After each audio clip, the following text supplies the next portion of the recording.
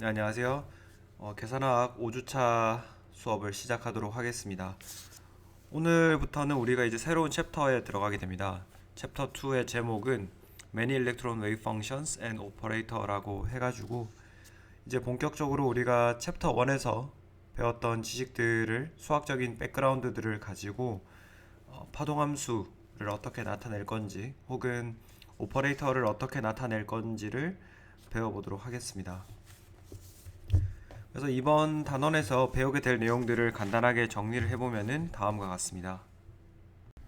네, 크게 세 가지로 요약이 될 것 같은데요. 첫 번째는 우리가 다전자 연산자 매니 일렉트론 오퍼레이터와 매니 일렉트론 웨이브 펑션을 어떻게 나타낼 건지를 배우고, 두 번째로는 두 개의 슬레이터 디터미넌트 사이에 끼어 있는 오퍼레이터를 매트릭스 형태로 어떻게 나타낼 것인지를 배우게 될 겁니다. 뭐 이게 결국에는 여러분들이 예상할 수 있겠지만 해밀토니안이라는 오퍼레이터를 사이에 두고 두 개의 슬레이터 디터미넌트를 끼워 넣었을 때 이때 요 매트릭스 엘레멘트를 어떻게 계산할 거냐라는 거를 배우게 되는 거죠. 그리고 마지막으로 하트리폭 근사법에 대해서 배워보도록 하겠습니다. 본격적으로 내용을 시작해 보면은 2.1절은 일렉트로닉 프로블럼이라고 해가지고 우리가 전자의 파동함수 문제를 어떻게 풀 것인지에 대해서 기본적인 가정들을 배우게 됩니다. 그래서 우리가 첫 번째로 배우게 될 것은 우리가 풀고 싶어하는 문제인 요 슈레딩거 방정식 있죠. 슈레딩거 이퀘이션에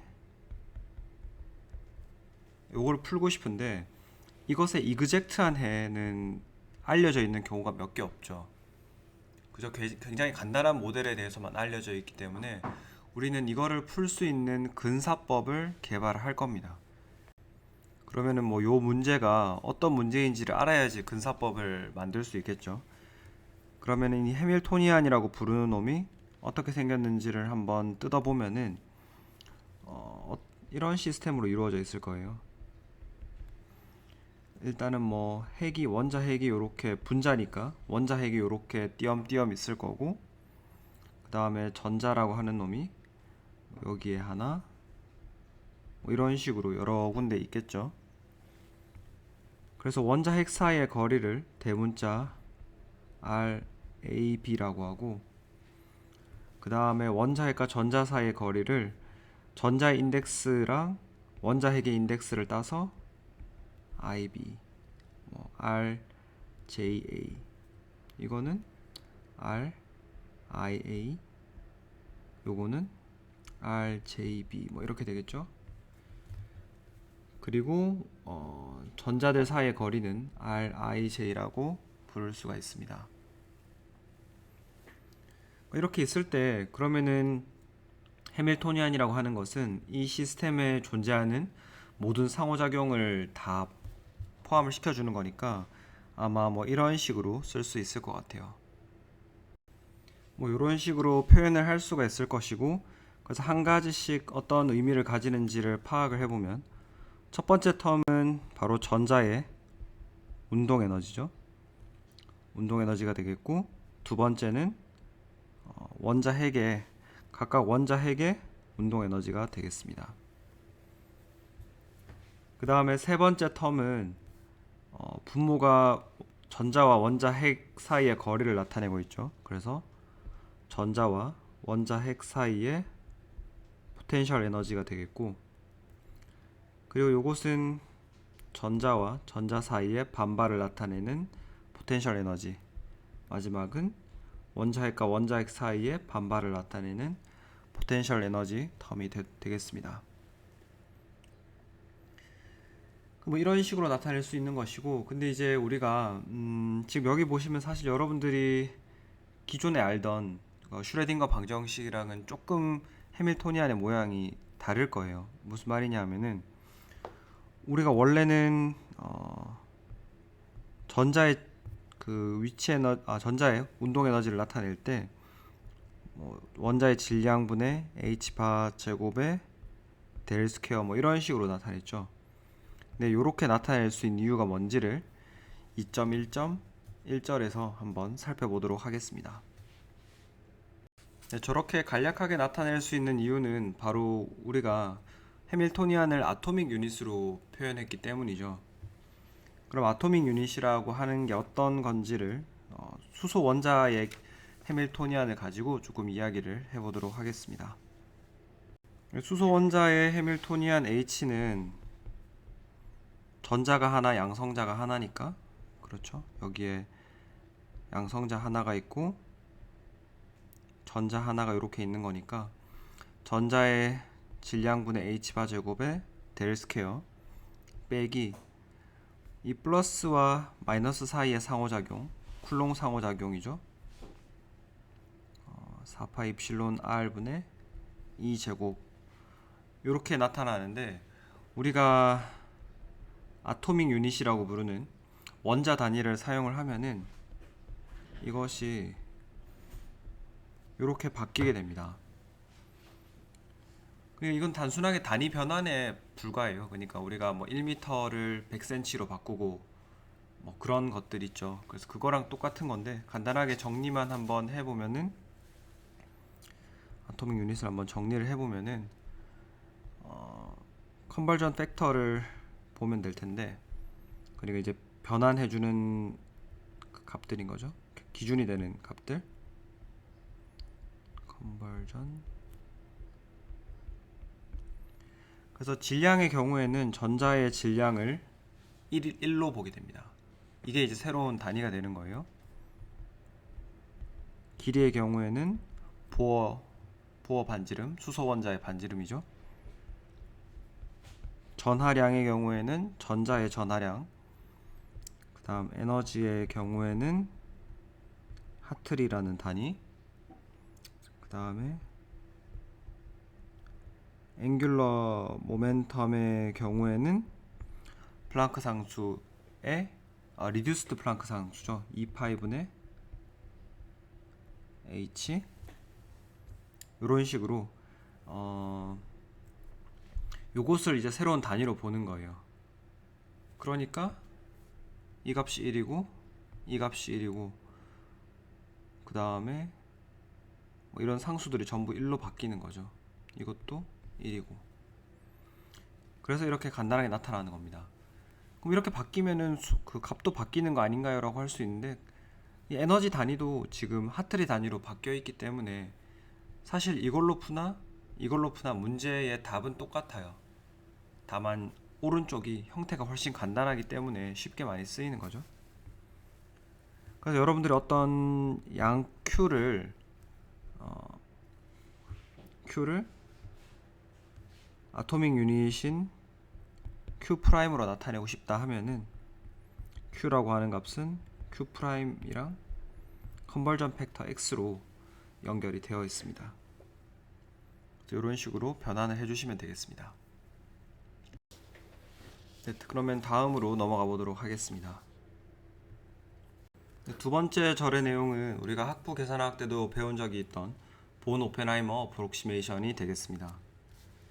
그래서 요 본 오펜하이머 어프록시메이션의 기본 내용은 질량을 우리가 원자 핵이랑 전자를 비교해 보면 원자 핵이 압도적으로 크죠. 한 1800배 정도 됩니다. 그렇기 때문에 우리는 생각했을 때 똑같은 온도를 줬을 때 원자 핵이 훨씬 느리게 움직일 거라는 걸 예상할 수 있죠. 그 말은 조금 더 과격하게 이야기하면 원자 핵을 고정을 시켜 놓고 그 상태에서 전자의 움직임을 묘사해도 된다라는 이야기입니다. 즉 원자 핵의 운동 에너지를 갑자기 한글을 쓰려니 이상하네요. 네, 영어로 써놓읍시다. 원자 핵의 운동 에너지를 무시하고 그 다음에 원자 핵의 위치가 고정되어 있기 때문에 원자 핵들 사이에 반발력은 어떻게 될까요? 이거는 이제 어떤 상수값으로 결정이 되겠죠. 그죠? 원자 핵이 이렇게 딱 고정된 위치에 있으면은 얘들 사이의 반발력은 더 이상 변하는 값이 아니라 고정된 하나의 상수 값으로 우리가 생각할 수 있는 거죠. 그래서 우리가 이런 원자핵의 질량이 전자에 비해서 아주 무겁다는 것을 바탕으로 이 두 가지 사실을 해밀토니안에서 빼낼 수가 있어요. 빼내고 나면 일렉트로닉 해밀토니안이 남아가지고 어떻게 생겼냐 하면 이렇게 생겼습니다.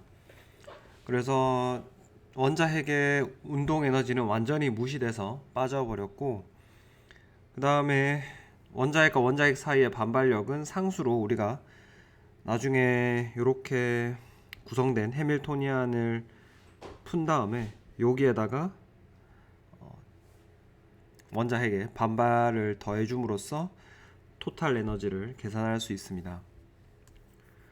그래서 이 전자의 움직임에만 의존하는 p 일렉트론이라고 하는 웨이브 펑션은 어떻게 생겼냐 하면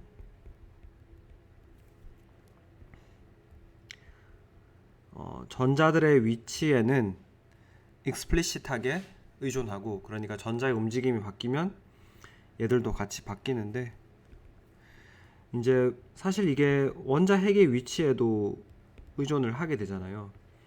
근데 얘는 변수처럼 다이나믹하게 변하는 게 아니라 우리가 어떤 문제를 줄 때 같이 정보가 주어지는 겁니다. 그래서 이거를 파라메트릭하게 디펜던트 하다, 뭐 이런 식으로 이야기를 하는 거죠.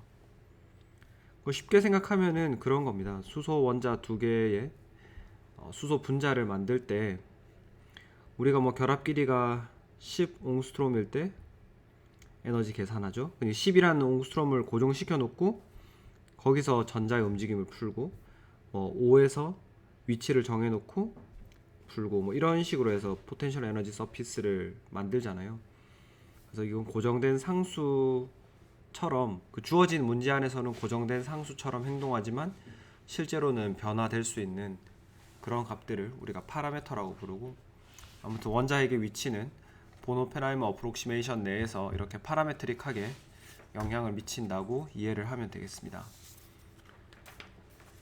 뭐 실제로 이거를 유도하는 과정이 우리 책에는 소개되어 있는데 너무 딥하게 들어가지는 맙시다. 이거 너무 딥하게 들어가면은 진도가 너무 느려질 것이기 때문에 넘어가도록 하겠습니다.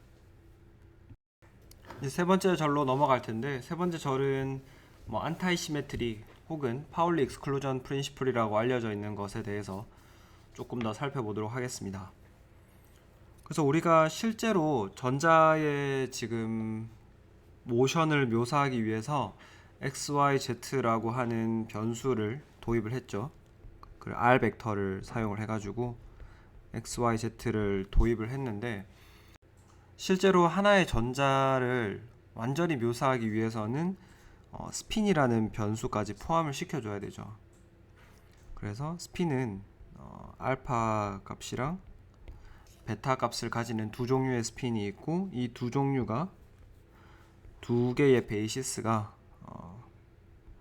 컴플리트 하면서 올소 놀말한 세트를 만들게 됩니다. 즉 그 말은 같은 스핀끼리 이렇게 브라켓 계산을 하면 1이 나오고, 서로 다른 스핀에 대해서 계산을 하면 올소고날하다는 것을 알 수 있습니다. 그래서 우리는 이제 이 x라고 하는 새로운 변수를 사용을 해가지고, 그래서 4개의 코디네이트를 포함하고 있는, 그러니까 위치를 포함하는 r 벡터에다가 스핀을 포함하는 이 w 값을 포함을 시켜가지고 사용을 하게 될 겁니다. 그러면은 우리가 뭐 n개의 전자로 이루어져 있는 웨이브 펑션을 이렇게 있을 때 1번 전자, 2번 전자, n번째 전자, 이런 식으로 표현을 할 수가 있다는 것이고, 그리고 안티시메트리 룰이라고 하는 것은 아주 쉽게 이야기를 하면은 이 파동함수, 전자의 파동함수는 전자라고 하는 놈이 페르미온이기 때문에 전자가 페르미온이죠. 페르미온이기 때문에 전자들의 위치를 서로 바꿔줬을 때 뭐 1번 전자와 2번 전자, 뭐 i번째 전자와 j번째 전자의 위치를 바꿔줬을 때 파동함수의 부호가 바뀌는 성질이 있습니다. 그래서 예를 들자면 x1, xi, xj 이렇게 n개의 전자를 포함하는 파동함수가 있다고 했을 때 우리가 요 i와 j의 위치를 바꿔주면은 파동함수 x1, xj, xi, xn 뭐 이렇게 되죠. 이렇게 되면은 파동함수의 부호가 바뀐다는 것이 안타이 시메트리 룰이 되겠습니다. 그럼 안타이 시메트리 룰이라고 하는 거는 뭐 어떻게 유도를 하는 거냐, 이거 뭐 왜 이런 거냐 라고 질문을 가질 수가 있는데, 이거는 하나의 독립적인 양자역학의 하나의 독립적인 가정으로 받아들이는 것입니다. 우리가 페르미온이라고 하는 입자들의 파동함수는 전자 인덱스를 바꿔줌으로써 파동함수의 부호가 바뀌게 된다는 것을 받아들이고 가는 거죠. 그러니까 이거는 뭐 딱히 증명할 수 있는 길은 없습니다. 이렇게 받아들이도록 하고, 그러면 이제 우리가 전자의 모션을 묘사하는 것들을 2.1절에서 배웠고 한번 2.2절로 넘어가 보도록 합시다.